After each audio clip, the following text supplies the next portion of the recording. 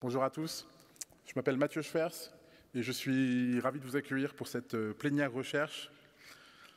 Une plénière recherche un peu particulière puisqu'il sera question essentiellement de questions, mais pas de réponses, puisque nos intervenants viendront nous présenter des travaux de recherche en cours ou en projet, essentiellement sous l'angle de leur contexte et de leur justification, afin ensemble d'évoquer l'intérêt de la recherche en soins primaires, à la fois pour l'exercice des professionnels de santé, mais aussi, bien entendu, en premier lieu, pour leurs patients.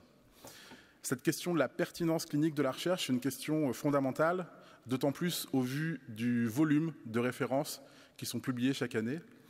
En 2018, par exemple, 30 000 essais cliniques ont été publiés et 20 000 revues de la littérature. Et vous imaginez bien que dans ce lot de références, la pertinence clinique ne saute pas toujours aux yeux. Ainsi, aujourd'hui, on ne parlera pas du dépistage d'un nouveau facteur de risque de la dépression. On ne parlera pas non plus d'un traitement original du hockey persistant.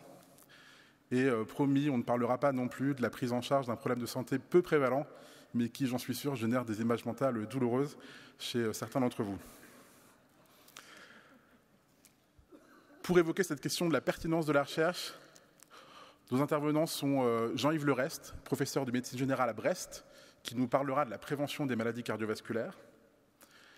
Aline Ramon-Roquin, maître de conférence à Angers, qui nous parlera de la prise en charge des patients lombalgiques.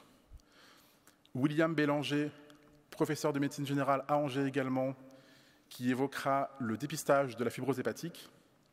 Serge Gilbert, professeur de médecine générale à Paris-Descartes, qui nous parlera vaccination. Et enfin, nous avons le plaisir et l'honneur d'accueillir Jacques Cornu, professeur de médecine générale à Lausanne, qui évoquera son travail de recherche sur la cigarette électronique.